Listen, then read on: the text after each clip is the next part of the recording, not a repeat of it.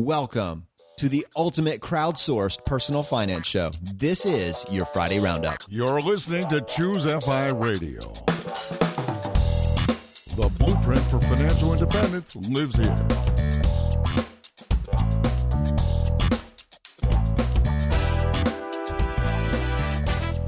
If you're looking to unlock the secrets to financial independence and early retirement, you're in the right place. Stay tuned and join a community of like-minded people who are getting off the hamster wheel and taking control of their lives in the pursuit of financial independence. ChooseFI, your home for financial independence online.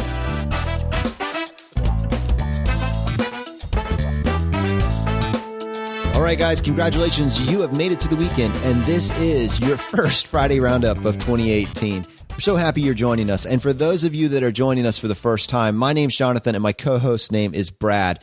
We host a twice-a-week show on Mondays and Fridays. On Mondays, we usually try to introduce a new topic, idea, or guest. We have them share their story, and we really explore how we can take these ideas and use them to optimize our life and yours. And usually we're looking at it from the perspective of someone that's pursuing financial independence, life optimization, life hacks, tax hacks, travel rewards, really anything that excites us, we want to share it with you, and hopefully you'll get some benefit from it as well. And then on Fridays, what we try to do is dive a little bit deeper, and we bring in our takeaways and we bring in feedback from the audience, and we really try to crowdsource the show. And over the last year, it's just been remarkable how this community has come together around this idea of just getting a little bit better every single week.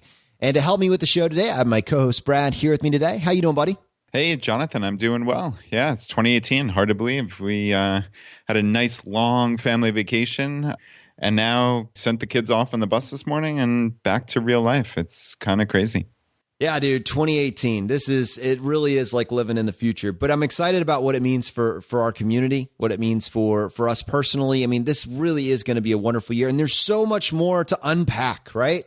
Yeah, there's no doubt about it. And I think this Monday episode, which we'll get into in a few minutes, I think this is the first step in that evolution potentially, which is business building. We talked about this entire conversation with Alan and Talis. We've talked about it for months, right? Since Alan was on originally and then had the competition to have one of our audience members work with him one-on-one.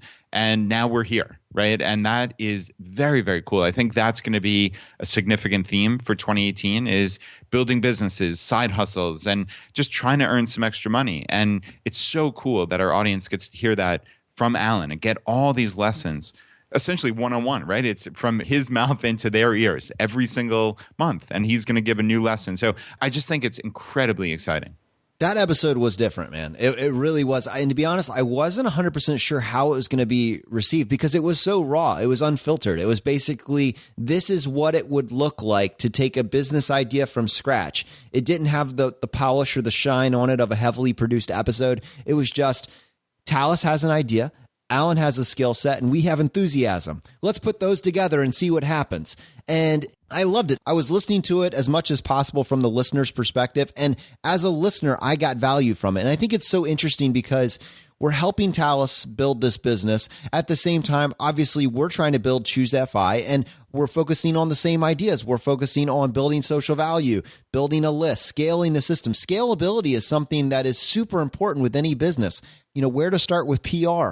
And there were so many light bulb moments in this episode that I had, one, when we were recording it, but two, just going back and listening to it. I mean, this is what reality internet, when it's done right, looks like, right? Yeah, you're absolutely right. I think, I told you were a little crazy for being nervous. I think people like to hear the rawness, right? Like it doesn't have to be perfect. Like that's what we're talking about here at ChooseFI quite often is people have made mistakes.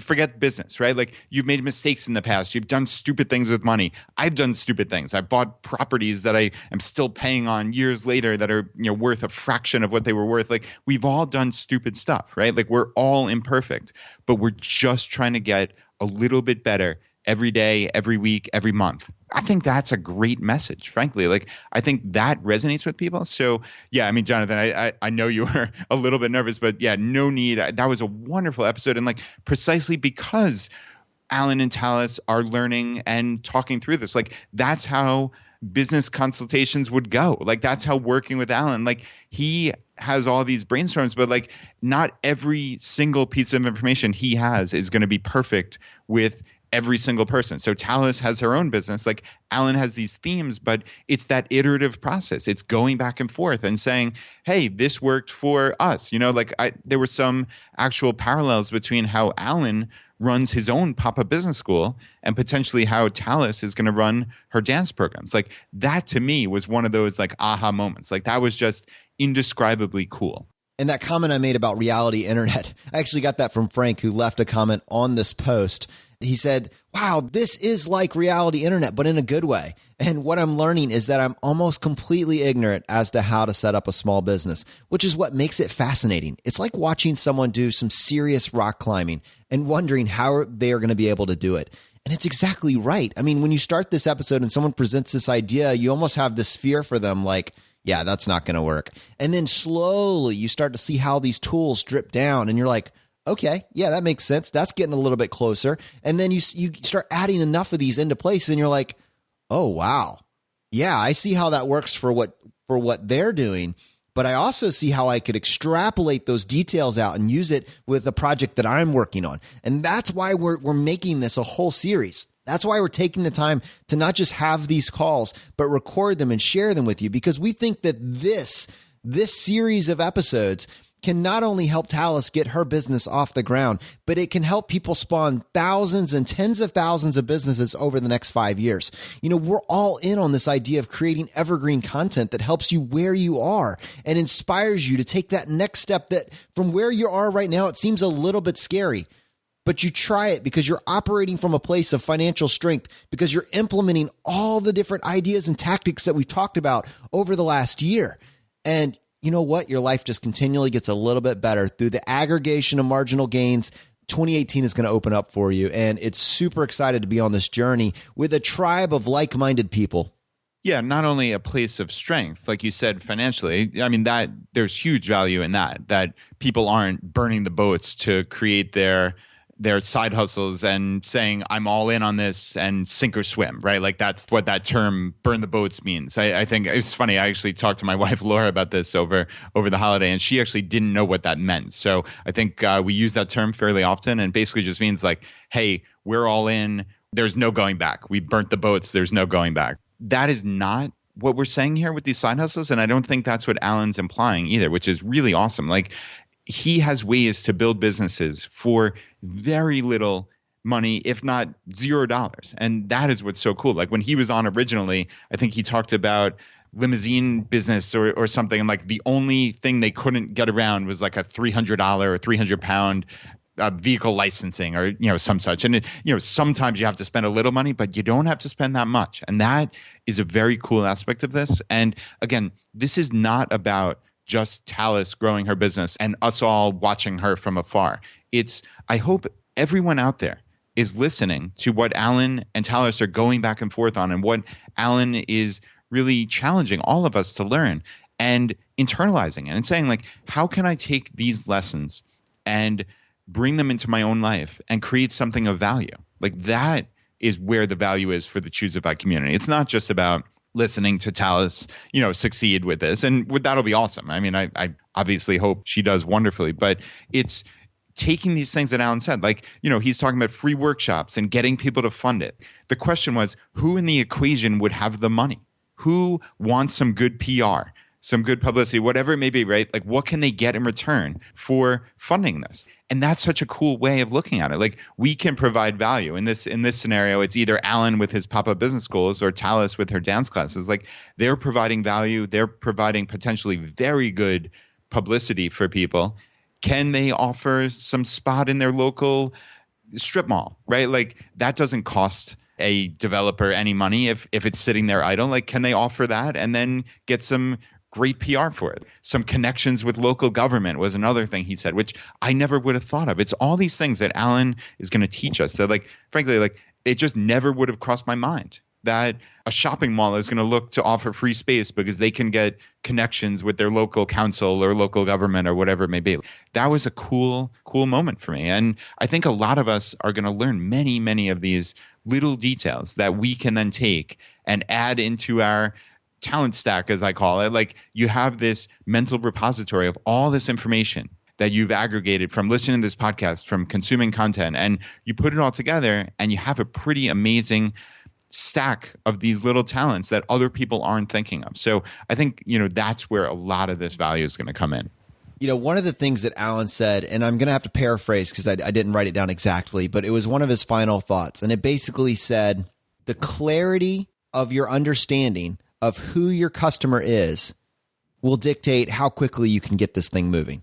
And ultimately with Talus, he said that Talus, you are going to have two customers, just like I do with Popup Business School. You are going to have the relationships that you're going to be building with your vendors, that you're going to be building with the people that will benefit from the PR.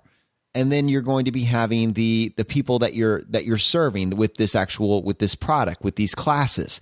And you're going to need two different strategies for both of those. And you need to develop them equally, but you actually have two customers. That seems like such an obvious point when you're looking back at it. But when you're looking at this business, at face value before you've really gotten into the details, that's not so clear. And the ability to break that down and start developing both of those pitches from the beginning, absolutely, you can see how it 10x's your results over the course of 6 months.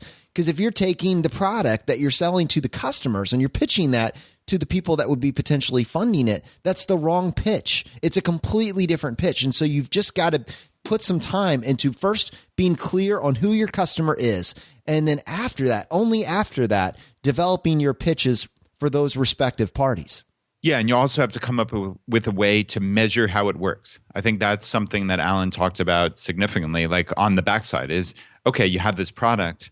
How do you measure how it actually works? So that's going to differ in every single industry, every single product. So, I'm not going to spend time certainly talking about Talus's exact situation, but, for ChooseFI, right? Like, Jonathan, how do we measure how it works? We look at our Facebook group growth, right? Like that's been huge. And we just passed 9,000 people. We look at our downloads and see, is it trending up?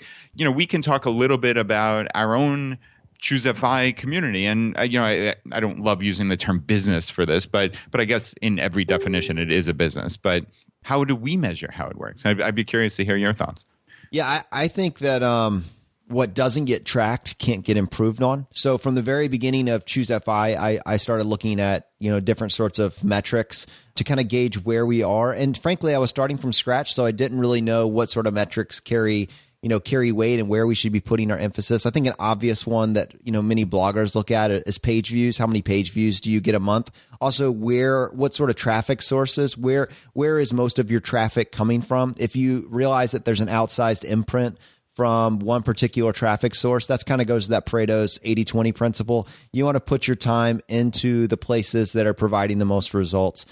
For us, I think we knew that there was a lot of value in, at least from a social proof perspective, in having people leave iTunes reviews. And so we put a lot of emphasis on that early on. I later learned that I don't know if iTunes reviews get Apple to promote you more. I suspect that they don't. But from a social proof perspective, if you're putting your public stamp of approval on this show, it lets other people know that, maybe they should give it a shot. Maybe they should give it a listen. And so we really had a lot of momentum in that. And I was tracking that pretty closely and very excited to see that we did get that traction. I also noticed who was linking to us. So what other bloggers were linking to our content. There was a couple reasons that I think that ended up being very helpful. One, obviously, we could take a look and see what content were they linking to. Because if another blogger that's writing in your niche is getting value from that content, it tells you that maybe you're onto something and maybe you should put a little bit more emphasis on that. But the other part of that was that we knew that we wanted to focus on building a community. And by finding out who was finding your content valuable, we had a platform that we could kind of share, their perspective and implement their feedback. And many times, we have our particular take on a topic, but it's based on our own biases and limitations. And there may be something we missed. And for you guys, we're trying to get as well-rounded of a perspective as possible. And so finding out what someone else's perspective, even when they disagreed with us, by adding that to the conversation, it just became a much better and more well-rounded dialogue. And we wanted to be comprehensive and not limit this show to our own limited perspectives. The other thing, Brad, that I wanted to take a few minutes to talk on, just because we're working through this right now, is this idea of scalability. Once you have an idea, you're always looking to scale. And this is something that we spent a lot of time thinking about, because as ChooseFI, grew, and as we went from 1 podcast a week to 2 podcasts a week, and then we started recording podcast ahead and trying to keep up with everything on the website, we realized that there just weren't enough hours in the day. So I know both of us have tried to implement different ideas and tactics into place to allow us to scale this and get more results for the time that we are putting in. Yeah, there's no question, Jonathan. I mean, if this was limited by my time and your time, it really would never go anywhere. We want this to be a true community that can impact people on a massive scale. We think that it can get there, but right, if it was limited by our time, we just could never even conceivably get to that scale, right? Like that would just be impossible. And one of the biggest things we did actually recently was hire Steve Stewart to produce and edit our podcast. We met him actually at FinCon. Incredible guy. I know you had a hour-long conversation with him and just left like so enthused. I guess he's the sound engineer and producer for some big podcasts like Afford Anything and Stacking Benjamins. So we knew he came with real significant credibility. And man, he's just changed the game for you personally completely. I mean, you were spending tons of hours, I think like 5 to 7 hours per episode editing these things, because you're great at it, but you're not a professional, right? And Steve is, and you are trying to lead the ChooseFI community. And if you're spending 10 plus hours a week editing podcasts, that's probably not the best use of your time. So Steve has completely changed the game for us, and just trying to get people who want to help this movement. And Jonathan, one of the biggest thing we've unrolled recently is having a team of writers come on board at ChooseFI. Yeah, this has been huge. And I think what we saw is there are so many people in our community that have a story inside them that is just screaming. They're about to explode. They want to share it because they've had a unique set of experiences. They found a path to financial independence. Some of them are almost at the finish line. Some of them are just beginning their journey, but they have something to add to the conversation that me and you simply just aren't able to do. Instead of going through the hustle and the grind of starting a website from scratch and basically the 1 to 2 year process of creating an identity, breaking through the noise, but before you really get your information out to as many people as possible, they want to just share it on ChooseFI. They want to share their story and their unique experiences on ChooseFI. And we had about 30 writers, I think it's 30 and counting writers, that are going to be slowly releasing this content. It's just really incredible and exciting to see it and to see all these different stories that they've been buried. This is a story that's worth telling. It's worth reading. It's something that I think all of us look for. We want to find what's that next piece? What's that next obstacle or hurdle that someone overcame? And what did they figure out? And what can I take from it? And just, it's very exciting to really see this community come together. Yeah. And again, it's about that scalability, right? Like you and I do not like writing articles, right? Like we joke about that. We love this podcast. We could probably do this 10 times a week if we were so inclined. No, we can't do it 10 times a week. Mad Scientist is doing like 1 podcast every 4 months. I can't do 10 a week. Oh, geez. All right. I just gave Jonathan a heart attack there. So sorry about that. But you know what I mean? Like we love this, right? Like this is where we get energy from. But writing articles, that's not our thing. So if we had to then sit and try to write articles because quote unquote, you have to have content at your website, and all this other stuff you hear, like that would give us a lot of stress. But there are people who, like you said, they want to tell their story. Now they have a place to do it at ChooseFI. So, you just look for these ways to scale and it's win-win, right? Like that is a win-win. Like, we have people helping us as local admins of 100 plus ChooseFI local groups throughout the world, right? And if you and I had to be local admins for 100 different groups, like we don't have enough hours in the day, obviously. So it's like, it's finding these ways, like those people are helping the ChooseFI community, but they're also helping themselves, enrich their lives and create these communities. So again, it goes back to like what Alan was saying, which is win-win. That's what I personally am always looking for in my life. At this point, I'm financially independent. I'm not looking to get wildly wealthy. Like that's not why I'm doing ChooseFI. I'm doing it because I think this can create a significant difference in a whole lot of people's lives.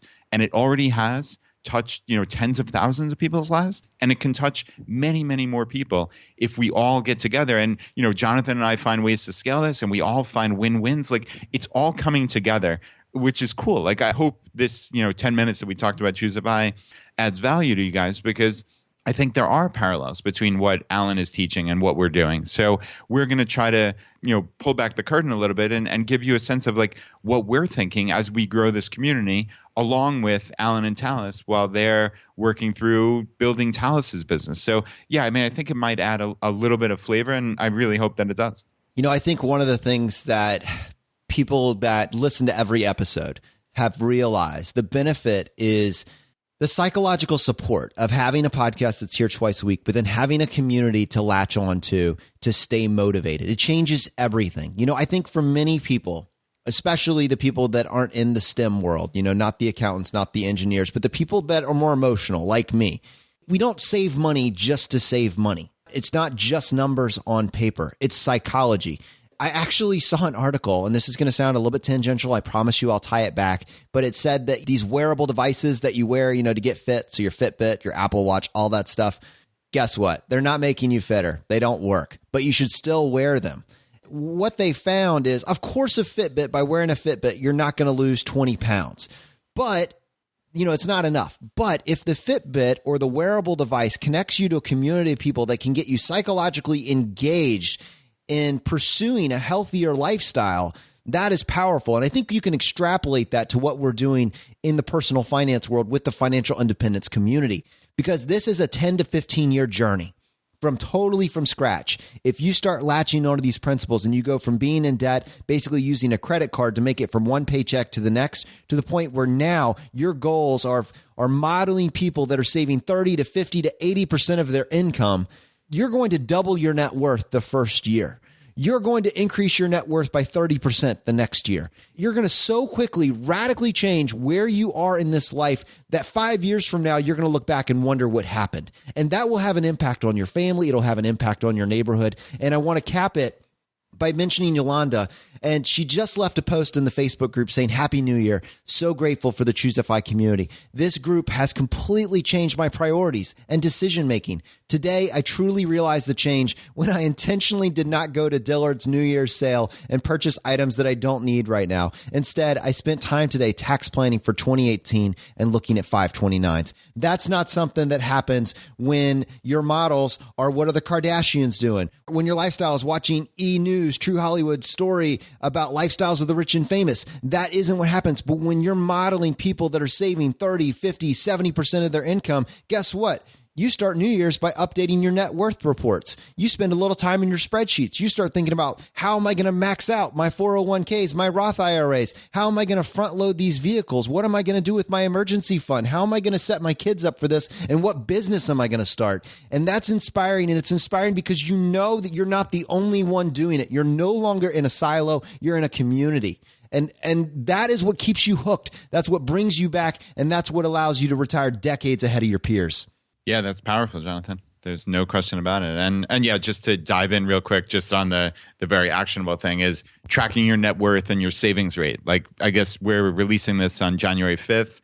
Now is a great time, if you haven't done it already, to track all that stuff. And I find I do it quarterly. So I just have, while I use Personal Capital quite often, generally, I like to use my old-fashioned Excel sheets. I've been using it for like a decade at this point, and it just works for me. And it takes me maybe 20 minutes to update quarterly and just kind of put in all my balances at all my accounts, any liabilities that I have, add them up, find out what my net worth is. And I have that now as a historical record for, like I said, almost 10 years. So every quarter I've got this history, and it's kind of neat looking back, like my percentage net worth growth every quarter for a decade. And it's amazing to think where I've come from and where I am now in just 10 short years. And really, many of us can reach FI. My net worth, I think, has something like 8x'd in 10 years, which is just absolutely astounding. It might even be more than that, frankly. But like, it's really cool to see this at a glance look at your net worth and your savings rate. So I have one particular Excel sheet that tracks everything. And I kind of get some enjoyment out of that. Like you said, instead of going to a sale and buying crap that I don't need, I spend the morning of New Year's Day actually updating my spreadsheet because, hey, it's the first day of the next quarter. Got to go back and update last quarter. So, yeah, I think that is a good thing for everybody to do out there. I think it adds value to your life, and it's really not that hard to do. One other cool thing for you guys that are already post-FI, maybe you're no longer in the workforce. I got a little tip. I was reminded that at the beginning of the year is a great time to go update your odometers on your cars. And I think it'd be kind of a fun challenge to see over time, especially once you're out of the workforce, are you seeing your mileage decrease? For instance, this year when I look, because I had done this last year, so it's really cool after you have 2 years of data. So this past year, I drove just over 8,000 miles. And in past years, I'm sure that that's been well over 10, maybe approaching 12 or 13,000. I wouldn't be surprised that for many of you people that have developed a laptop lifestyle, you're working from home, or maybe you're post-FI, that you're able to get that underneath 3,000. Brad, I wouldn't be surprised if you're under 3,000 miles. I don't know. Yeah, you're exactly right. And yes, I was going to say all those commutes to the pool probably aren't putting you up too high.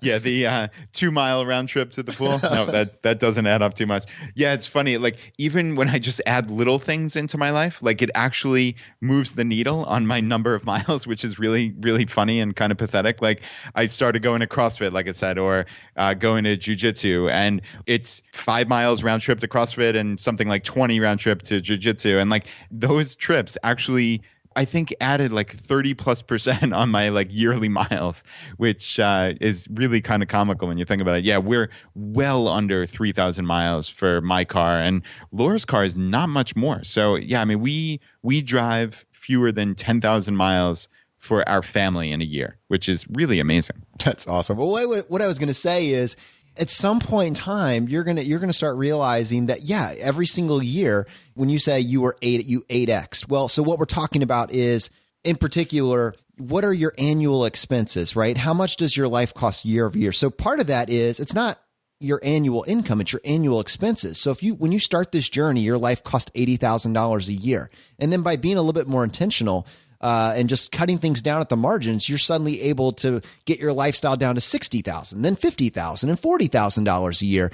Not only is your savings going farther, your expenses are decreasing. So what it takes to get to 1X, 2X, 3X, it's the opposite of lifestyle inflation. It's lifestyle deflation, and it's allowing you to get to your goal faster. So it's optimizing both the income, focusing on raises, focusing on tax optimization, but then also focusing on how your money can go farther and only spending money on things that actually add value, which hopefully you'll also see an increase in satisfaction right along with that. And this just goes to the idea of lifestyle optimization, it's just fun to find out how people are doing this. And then when you get to aggregate all those conversations in the community on a Facebook thread, it's so inspiring. And so every single week you're seeing hundreds of comments of the actions that people are taking. And you're like, oh, wow, I'm going to do that next week. I'm going to do that tomorrow. Man, I wish I could do it today, but it's New Year's, so I got to wait till tomorrow to execute on that. Having these role models that you're maybe 1 step behind, 2 steps behind, or maybe 6 miles behind, but you can see what the path looks like to get there that is absolutely where you want to position yourself. And you want to stay on this journey because that's only going to take you 10 to 15 years to go from scratch to the finish line. Yeah, no, I'm totally with you. And it is about just these little things. Like I've got a little frugal win of the week and a really significant one that I actually didn't even mention to you yet. First, the little one is, I mentioned this on the Facebook group, which is we're constantly talking about these free shirts that I get from FinCon and how like that's my entire wardrobe. Well, I actually found a workaround for this, and it now means I don't have to walk around as a walking advertisement for companies that I don't know anything about just because I like their free shirt. So I wound up finding this website called clothingshoponline.com. And they have the shirts that I love, these like super soft, comfortable T-shirts. They're like $3 and $4 each. Like I bought 2 different brands. They're the Next Level 6200 and 6210. If anybody wants to check out Clothing Shop Online, and like I think one of them is $3 and change and one's $4 and change. So I literally bought like 7 or 8 shirts, and even with a little bit of shipping, it was under $30. That's literally, no joke, my entire wardrobe now, probably for the next 3 years for $30. And the shirts are great. So that was just like this tiny little frugal one of the week that I just absolutely loved. I want to say that they're not an affiliate of ours. I wish they were. And two, Next Level are the only shirts I wear now. Like from a t-shirt perspective, and basically if I can get away with it to a wedding, I would do it because they're the most comfortable t-shirts I've ever found in my entire life. And I have about 6 or 7 of them as well. Just absolutely amazing. Yeah, and I turned you on to them after the whole FinCon shirt conversation. And I turned you on to the fact that you can find them outside of, whatever custom shirt press place that we had found at the time. So. No, you're absolutely right. And the cool thing, like, I know this is a minor thing, but no, this is important. These are the things we need to lock down. Yeah. But like, we originally found them on Amazon and they're like $7 or $8 each. And I actually wound up buying a couple from Amazon. And, it's the same company just selling at Amazon, but they gave a link to their website. And even with the shipping that you get charged at Clothing Shop Online, like it's dramatically cheaper to buy through them. So it's one of those things like, oh, it's free shipping at Amazon and it's so easy and X, Y, and Z. But like, it was so much cheaper to buy through them. So even though I'm at financial independence, like I'm still looking for these little hacks. Like it's all about just getting a little bit better. So like, this is an ultra microcosm for like a larger issue, which is like, I easily could have said, oh, those are $7 shirts. They're really inexpensive and they show up in 2 days. But I wanted to find that hack and I did. And it's less than half the price. So that was just like a cool extra win, Well, since you've taken this amount of time to talk about it, you better put a link in the show notes. Yep, I think I will.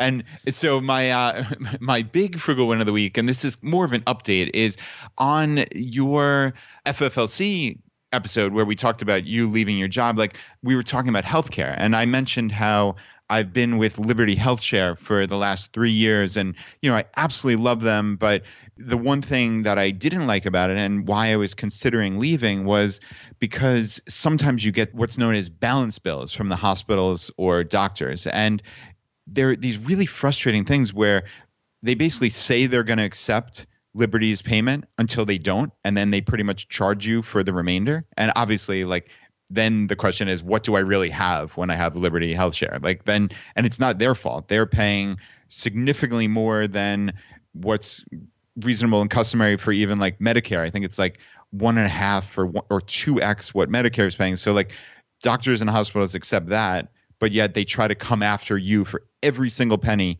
of like the rack rate charge when you have Liberty. So it's a little bit frustrating, but what I actually learned, and we had this outstanding bill for literally $8,000. Liberty for the last 2 years fought it. They put their own internal legal team on it and then outsourced it to a law firm, and they negotiated a settlement. I actually thought in that scenario I would have to pay for the settlement, and I would have been reasonably okay with that because it was a fraction of the $8,000. But it wound up that Liberty paid for the entirety of it. So not only did they fight this with their legal team, but they actually paid for the settlement amount. So that is now not hanging over my head anymore.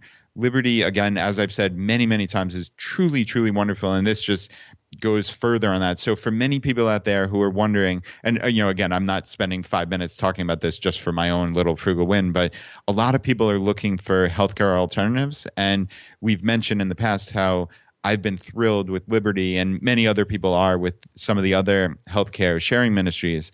But there was always this one issue hanging over my head that made it so I couldn't really fully endorse it. But I'm pretty darn close to being able to fully endorse it now because, I mean, they settled this incredibly and I stayed on. So for 2018, we're still with Liberty. We didn't decide to get a traditional insurance package. So it worked out quite well. Awesome, man. That's really cool. I know that did stress you out. So I'm excited for you that all got cleaned up. All right. I think we should go and hop into some voicemails. You ready for this? Yeah, let's do it. So this was from Peerless Money Mentor, and he has a travel rewards tip that involves using your HSA funds.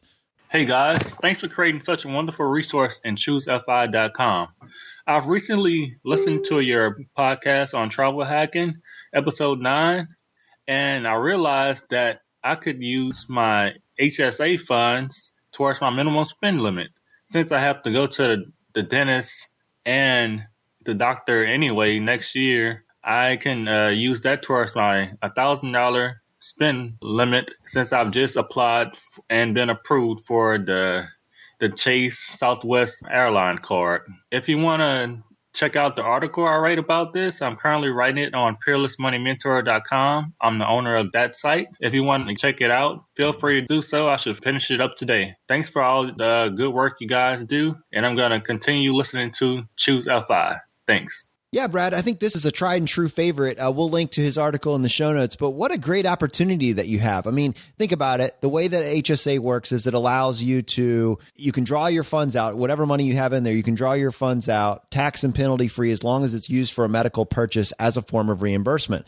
But as long as you've saved your receipts for record keeping, there's nothing that says, what you have to initially pay for that expenditure with. So there's no reason that you get your bill from the doctor's office or pharmacy, you don't put that on your credit card. And as long as you track your receipts, you could easily just draw that money out from your HSA to reimburse it. So it could be a very easy way to hit your minimum spends. Yeah, that's a neat little idea. I like that. I mean, I guess I would always argue, especially as long as you're paying your credit cards on time and in full every single month, you should be putting everything you can on your credit cards. So especially if, obviously, of course, you're not spending more than you would otherwise with cash or a debit card.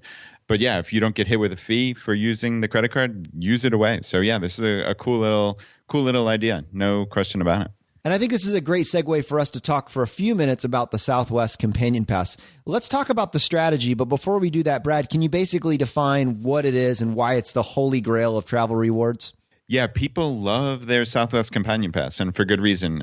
Essentially, once you've reached certain requirements, and we'll talk about that in a minute, Southwest gives you what's known as the Companion Pass. And it basically means that you can get to bring a designated companion of yours, so spouse, significant other, family member, whoever it may be, you get to bring them entirely for free on any Southwest flight. And that means even if you're using your points. So the beautiful part here is it essentially doubles the number of points that you have because you're getting 2 for 1. It's really a remarkable benefit.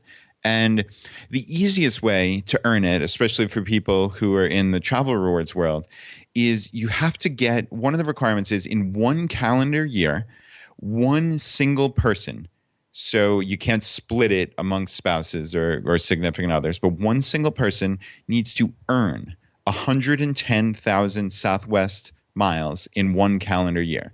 So a lot of people get confused on this, like, do I need 110,000 in my account? Can I spend them? That's all irrelevant. You just need to earn them. All right. So you can spend them in the intervening time while you're getting to that 110,000. So you need to earn 110,000 of these miles in one calendar year, and that triggers the Companion Pass. And the amazing thing is that once the Companion Pass is triggered, you get it through December 31st of the following year. So now, again, we're releasing this on January 5th, 2018.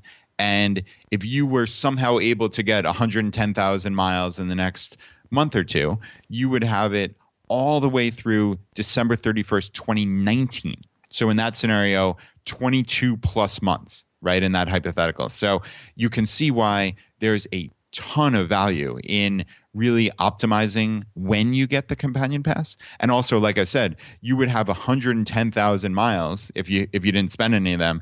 And that's just for your bookings. And then you get a companion for free, 0 points. I think you just have to pay the $11 and change of the unavoidable tax to the government for each flight. But you get that entirely for free on every flight you book through 12/31/2019. So it's like essentially getting 220,000 Southwest miles in that case. So the easiest way that people have found to earn those miles is when Chase has a 50,000 mile bonus on the Southwest credit cards. And I've seen actually up to 60,000 miles on some of the cards, and specifically the business card. But there's the Southwest Premier, the Southwest Plus, and the Southwest Business. So now if you were to open 2 of those cards this year, and theoretically sooner than later, and earn the bonuses on each, you would have, again, if the bonus was 50,000 or more, you would have 50,000 points bonus from each of those 2 cards. So that's 100,000 points plus the minimum spend, which is usually somewhere in the vicinity of 2,000 for each card. So all of a sudden you're up to 104,000 miles, and you only need 6,000 more. So most people would just put their regular spending on that card to reach that 6,000. So it might take you a couple months, obviously, if your spending is not that significant. But even if you could get this done by mid-year 2018, you have it through 12/31/2019 for almost 18 months. So you can see the value of why people, kind of lovingly call this the holy grail of travel rewards. It's a really, really great benefit. Yeah, and that's actually the one that I am working on right now. So I opened up both of my cards at the very end of December. I know people that started it in November. It's always a little bit risky just in case you forget that you really need to complete those minimum spends in January and you get a little overzealous right around Christmas time. The one thing you do not want to happen is to hit the minimum spend for one in 2017 and the other one in 2018. And so that's why once I've put some amount of money on it, I just set them in a drawer until January because I don't trust myself. And then now I've picked it back up. I'm going to complete my 2 minimum spends. And then I'll still have, like you said, Brad, I'll have a little bit of a gap there that I'll need to work through. But once you get to 110,000 points, man, you're ready to roll. And so Southwest is great for a lot of domestic flights. But I believe, Brad, as of this year, they're also unrolling a flight from California to Hawaii, right? Yeah, that was some big news that got released in the last couple of months. I don't know the exact timeline. I read an article recently that said it probably wouldn't be until the end of 2018. But yeah, that is huge, huge news that they're going to open flights to Hawaii. And it's going to be, I think, from multiple airports and to multiple airports in Hawaii. So yeah, if you can use Southwest miles, and that was another thing I didn't mention in the last couple of minutes, is Southwest miles are the absolute easiest of any of the rewards miles to use because they don't limit it based on award availability. So it's just really simple. If they have a flight that you can book with cash, you can use your miles. So it's just like a simple function of the cash price. So incredibly easy, especially for families and, 3 or more people, which would generally be difficult with traditional frequent flyer mile seats on, a Delta or American or United.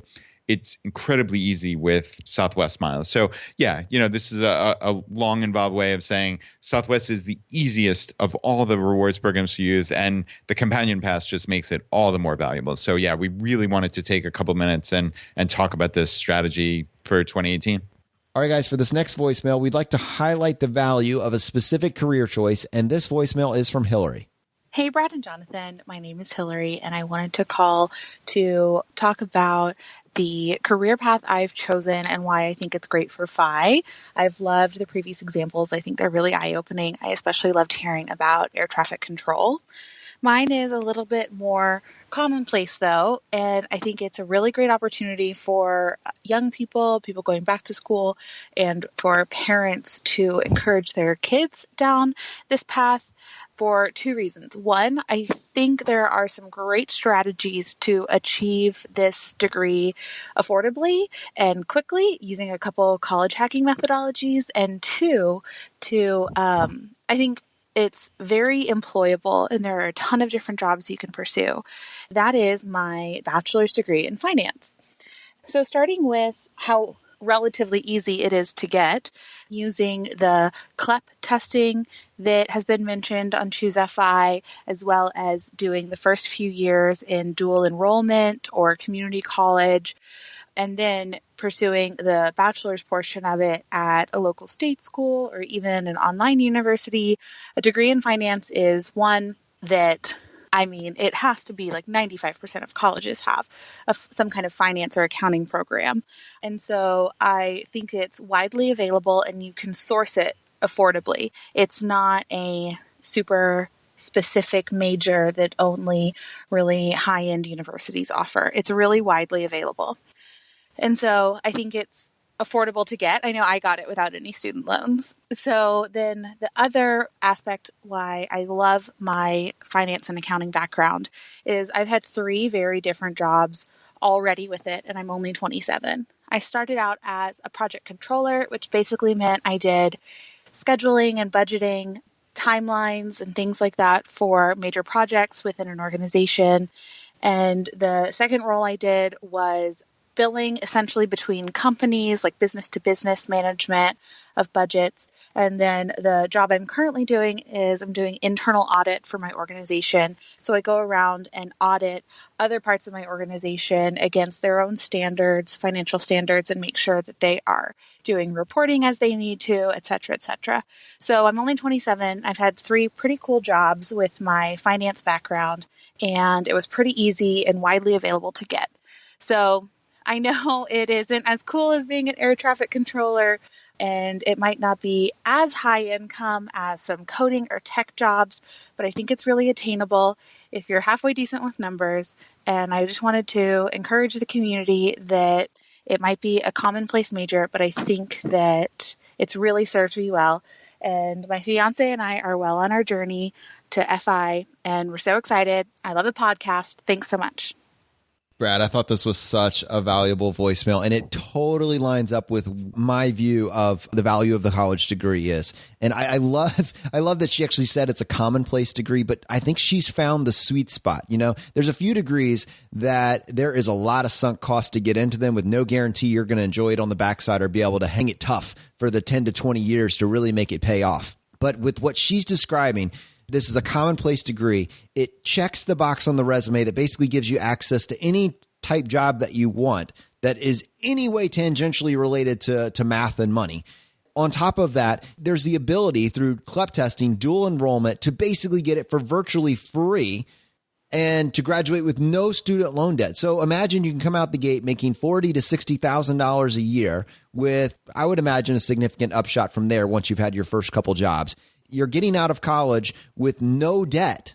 On top of that, you probably had an abbreviated timeline because you can essentially do this 2 years ahead of your peers because you were able to get some of the criteria done in high school and you were able to test out of a lot of the other criteria.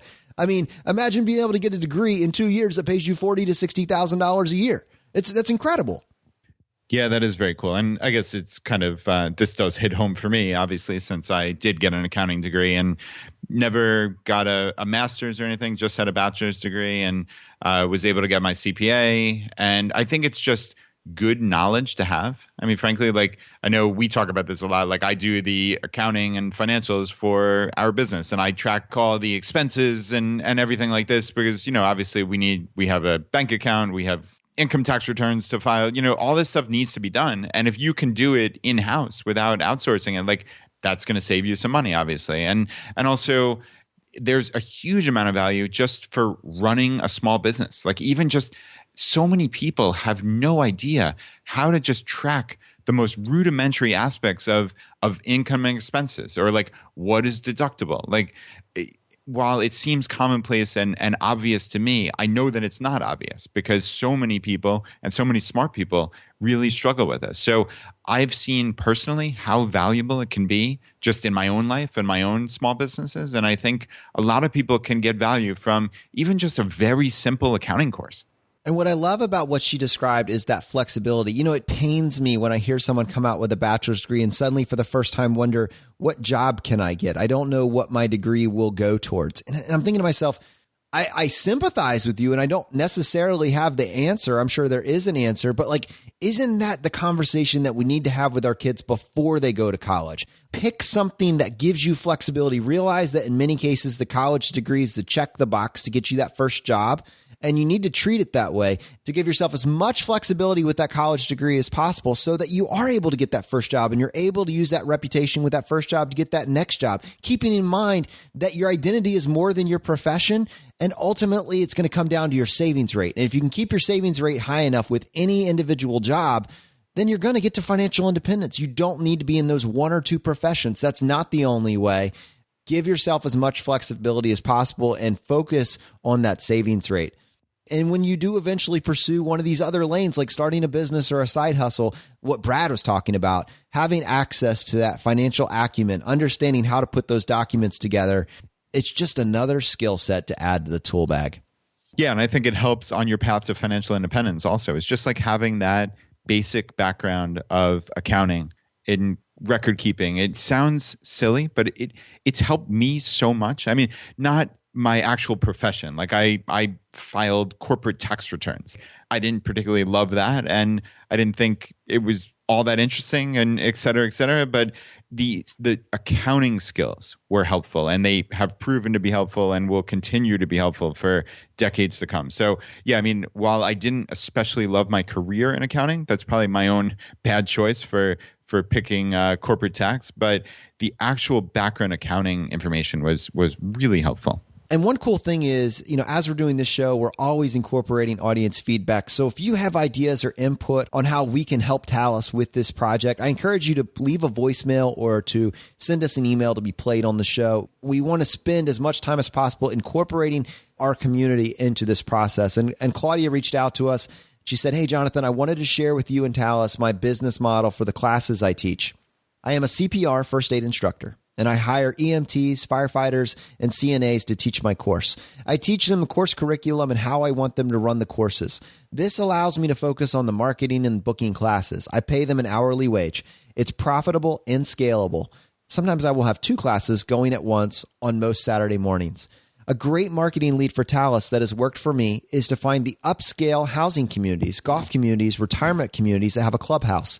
I find the right people to pitch it to, and I send an email with the class descriptions, the cost per person, the time frame of the classes, etc. This has been very fruitful for me. I set a 10-person minimum per class. They handle all the signups. I just send my instructor to teach the class, and I either invoice with Freshbooks or they will pay the instructor cash the day of the class. I have plenty of my own business pain, so I am intently listening to Alan's advice and taking notes, but I just thought this would add some value to Talus's business plans." And she says, if you have any questions or feedback, please reach out to me. I'd love to chat about this further with Talus. So Talus, that is definitely open to you. We can connect you with Claudia. I think the point that I wanted to make was, one, there is so much insight to be gleaned from how other people are pursuing a similar business model. And I love that this is something where we can bring in additional feedback like we've been doing up to this point. I also thought it was interesting that she mentioned FreshBooks specifically, as that's something I know, Brad, that me and you have actually looked into, as a lot of our peers and people in this space are using FreshBooks, including Tanya from Our Next Life. That's one that I am considering trying as well. I've heard a lot of good stuff about it, especially if you're doing some accounting on a small scale. So I'll put a link to FreshBooks in the show notes if you guys want to take a look at what Claudia was looking at. But yeah, it comes highly recommended, and it's definitely worth your time to look into it. All right, guys, last voicemail I want to play for you. This is from Scott from the Playing with Fire documentary. And I'm so excited for 2018 because it's going to be the year we're going to get to see that documentary. It's super exciting. But I was talking to him because we have Camp FI. Actually, when this airs, we will be there for the first day of Camp FI in Florida.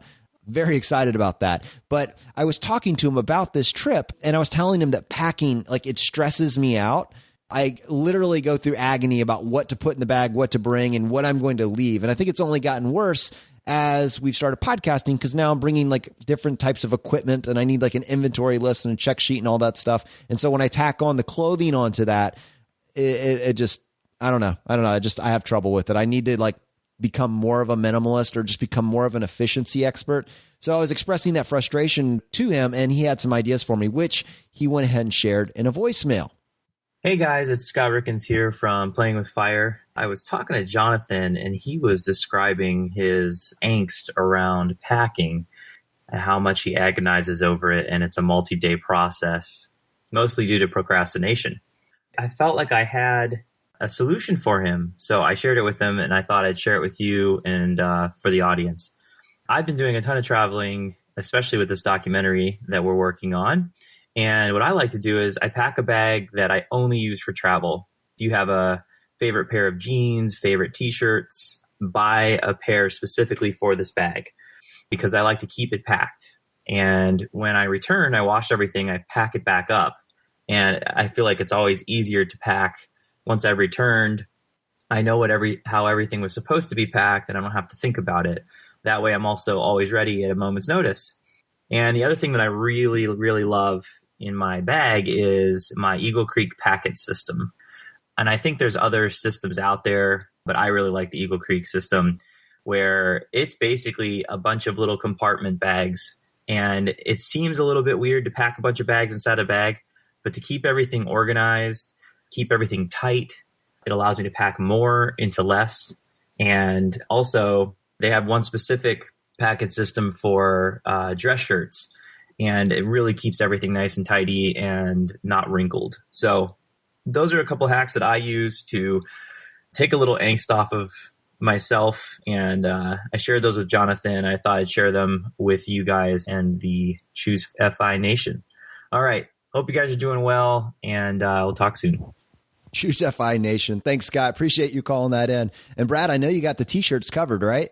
I do have the T-shirts covered now. Yeah, I have plenty. I could even have a separate amount for a travel bag. So yeah, maybe I'll do that in the future. But yeah, it's cool to hear Scott's little hacks. And I know everybody has like their own little methodology. It's funny, I actually was just doing my packing list for CampFi just before we started recording. So yeah, I mean, I unfortunately don't have a great methodology. Laura, for our larger family trips, like she has an ongoing list that she updates and prints out before each trip. And, then we just go down and check things off as we're literally like putting it into bags and putting into the car. So we have like a different little way that we check it off for each. So, it kind of works for us. It's very ultra low tech, but that's a way to just lower a bit of stress. And, yeah, I mean, that's kind of my plan. But for a little solo trip like this, I definitely need a better methodology, especially like you said, as we're going to be traveling more often. Well, I'll put a link to those Eagle Packet systems in the show notes. I actually do have those, and they're awesome. So highly, highly recommended. All right, guys. Well, unfortunately, that is going to bring this episode to a close. Let me finish this by saying two things. One, currently we do not have any ads that we run on the show. We rely entirely on your support, just supporting us through different affiliate links that we offer. One of the main things that we have are credit card rewards and then personal capital. And I'll just take a second and tell you about both of those. Brad and I are huge fans of travel rewards, and we documented it back in episode 9 of the podcast, which if you're listening to us, you're a new listener and you haven't heard, you definitely should go check that out. And then follow that up by reading through some of the articles that we have on the website. Just go to choosefi.com/travel for all of those resources. And if you decide that that's going to add value to your life, which I promise you, it's a missed opportunity if you haven't considered it. But if you decide to start executing on a travel game plan, just include us as part of that and use our affiliate links. It's a great, easy way for you to support the show. And we've gone out of our way to make this an ad-free listening experience. And to make it easy for you to find our affiliate links, you can go to choosefi.com/cards, or when you go to our website, read any of our articles, there will be a banner at the top of each page that will be a quick, easy link to our cards page. Thank you so much for including us as part of your travel game plan. The other web-based tracker that we use and we highly recommend, and that is an affiliate for us, is Personal Capital. I've used this for the past 7 years to track my net worth, and Brad has as well. It's highly recommended, and it's completely free to you. Absolutely 100% free. And I would recommend you set up an account. It's a great, easy way for you to track your net worth over time, and what doesn't get tracked can't get improved. If you want to set that up, just go to choosefi.com/PC. P as in Paul, C as in cat. And thank you so much for your support. We like to finish every episode by doing a drawing for a book that we found useful. And we have always done and will always do J.L. Collins' book, The Simple Path to Wealth, because that's such a wonderful book. And we also do Dominic Cortuccio's book, Design Your Future. Both of these books, and this was an idea that we had early on, and it's just part of what we consider a virtuous circle in which you're helping us by leaving us a written iTunes review and putting your public stamp of approval on this show. And we're able to give back to you by offering you a book that we have found extremely useful. And if you want to enter this drawing, all you need to do is just go to choosefi.com/iTunes, follow the instructions there, leave us a short written review, and then send us an email to feedback@choosefi.com, letting us know that you left a review and what screen name you left it under. And then every week on the Friday Roundup, we announce the winners. And we do one book for every 5 written reviews that we get. So, Brad, how many winners do we have today? All right, Jonathan, we have 2 winners today. And the first winner is David. And David called this a great place to start your journey to FI. He said, if you're interested in financial independence, look no further. Jonathan and Brad have put together an awesome show exploring the journey to FI. I highly recommend everyone listen to their episodes on the why of FI and the pillars of FI and go from there. Thank you both for all your hard work rallying this community together. I'm looking forward to many great episodes to come. And our second winner is Amanda. And Amanda says, a game changer. Man, I would have trademarked that word if I could have. For many years, I worked toward a more frugal lifestyle, dabbling in both rudimentary personal finance content, Dave Ramsey, Susie Orman, budget blogs, and churning through Mr. Money Mustache blog articles without understanding what specific goals I needed to set or steps I needed to take to reach financial independence prior to traditional retirement age. Finding ChooseFI has been a game changer in determining how I should live my life in order to support my goals. Brad and Jonathan don't claim to be expert themselves, although they do a fantastic job of breaking down complicated, traditionally sleep-inducing topics into easily digestible pieces in an entertaining manner, both solo and with the help of expert guests. I appreciate their humor, humility, and the fact that their community of listeners takes such an active role in driving the content. It means constant exposure to new ideas and perspectives as I continue to build out my own FI toolbox. Though there is tremendous focus on the how of FI, what I enjoy most about this podcast is how they zoom back out of the weeds of the how to reinforce the why of FI. I know that with each episode, not only will I pick up at least one actionable tidbit to incorporate into my own life, but I look forward to the positive messaging surrounding finding what is truly valuable to me and utilizing my resources to pursue and support my interest and passions. Talk about motivation to stay the course. I would recommend ChooseFI, not only to those who are looking to pursue financial independence and take back control of their finances, but to those who are struggling to understand their sense of purpose and want to take back control of their lives. Thank you so much, Amanda. We are both so grateful for your feedback, and we're just excited that it's having an impact on our community, and I think it's spreading to the larger population. You know, at this point, this is now happening by word of mouth. The tent is being broadened, and we're bringing new people in. And that's exciting to be a part of. The financial independence community has the ability and the power and the messaging to transform lives. And you just need to help someone see what is that first step I can take and how can I get started moving my life to a place of intentional living.